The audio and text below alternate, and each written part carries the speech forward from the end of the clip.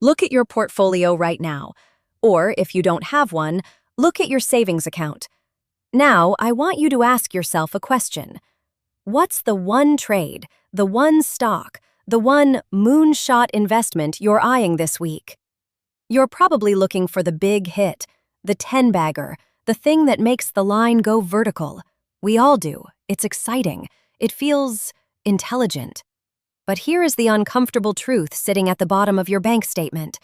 The path to wealth is statistically, mathematically, and emotionally the opposite of exciting. In fact, if you want to be a billionaire, you need to be so boring that it almost hurts to watch. Now, you might be thinking, great, another lecture on saving my coffee money. No, honestly, this isn't that. This is about why the most intelligent person in the room usually ends up broke, while the boring person ends up owning the building. Why the constant pursuit of the big win is actually the single greatest threat to your financial future. Because right now, we are living in the golden age of financial FOMO. The hype machine is louder than ever, but the math hasn't changed in 400 years. And we've forgotten how to do the math because we are addicted to the drama. Let's do some mental math. Don't worry, it's easy. Imagine two investors. Let's call them Buzz and Snooze. Buzz wants the home run. He finds a stock that is exploding in popularity. He invests $10,000. In 1 year, it goes up 50%. Amazing! Buzz is a genius. Then, the next year, it drops 30%. He holds on, panics, sells. He makes a few more plays. Some win, some lose. Over 20 years, Buzz actually achieves a very impressive average annual return of about 8%. That's beating the market average. Snooze is, well, boring. Snooze buys an index fund, a simple, basic spreadsheet of the 500 biggest companies in America.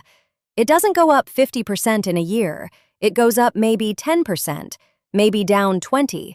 But Snooze does not care. He buys it, and he buys more, every month, for 20 years. Snooze also gets an 8% return on average. So they are both rich, right? Wrong, because here is the hidden nuance. Compounding only works when you don't break the chain. When Buzz buys and sells, he pays taxes on those wins. He pays trading fees. He also incurs the opportunity cost of being out of the market while he waits for the next big thing. But Snooze just sits there. After 20 years, Buzz, the genius, the active trader, has turned his $10,000 into roughly $40,000. Not bad. Snooze, the boring, passive, set-it-and-forget-it guy, has over $90,000, almost double. It's not about the return. It's about the time in the market. And time only works for you if you leave it alone. There is a reason we behave like Buzz. It's called hyperbolic discounting, a big word for a simple flaw.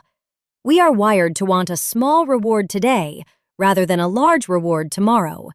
That dopamine hit you get from buying a volatile stock, it's the same hit a gambler gets at a slot machine. It's not strategy, it's a chemical reaction. We are constantly trying to chop down the oak tree to get the firewood, instead of just letting the acorns fall and multiply. Let's go deeper. Look at Warren Buffett, the poster child of boring wealth. He says his favorite holding period is forever. Forever? That's not exciting. That's a monogamous relationship with a piece of paper. Here's a counterintuitive truth.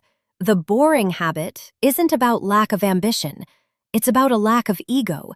The exciting investor, the one on Reddit or Twitter, is trying to prove they are smarter than the market. They are trying to beat the system. But the boring investor knows they are just a person. They aren't trying to beat the system. They are trying to survive the system. And survival wins the marathon. Think about the hype cycle. You see a stock double and you think, I missed out. You see a guy on YouTube getting rich off crypto and you think, why not me? This is the availability heuristic. Because you can see the winner, you think winning is easy. But you don't see the thousands of people who lost their shirts on the same asset. You don't see the guy who bought Bitcoin at $60,000 and sold at $15,000, convinced it was going to zero. The hype is the illusion of certainty, The boring path is the reality of probability. The reality is that the biggest wealth transfer in history isn't happening from the rich to the poor. It's happening from the active to the patient. Take the Robin Hood generation. Between 2020 and 2022, a massive wave of retail traders entered the market. Data from J.P. Morgan shows that the top 10% of stocks in the market accounted for all the wealth creation. If you just bought the S&P 500, you owned the top 10%. If you tried to guess which one was going to be the top 10%, well, you probably chased the bottom 90. The hidden consequence of chasing hype is that you are fundamentally betting against the house. The market is designed to funnel money from the impatient to the patient. And this isn't just about stocks. Look at your business, your career. Are you the person chasing the great opportunity, the lateral move, the shiny new job title that pays a bit more now?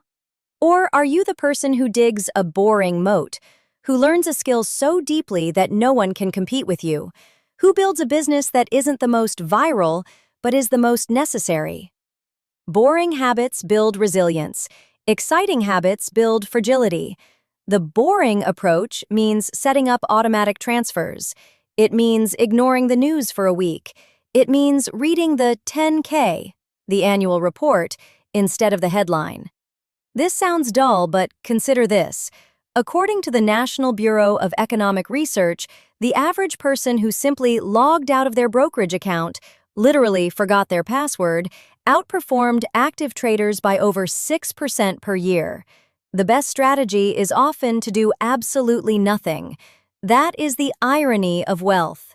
Money loves people who ignore it. So, what do you do tomorrow morning? You can't just be boring immediately, right? It's like being calm. You can't force it, but you can build a system that forces the boring behavior. Pick one asset. It can be a low-cost index fund. It can be a specific sector, but you decide, this is the vessel.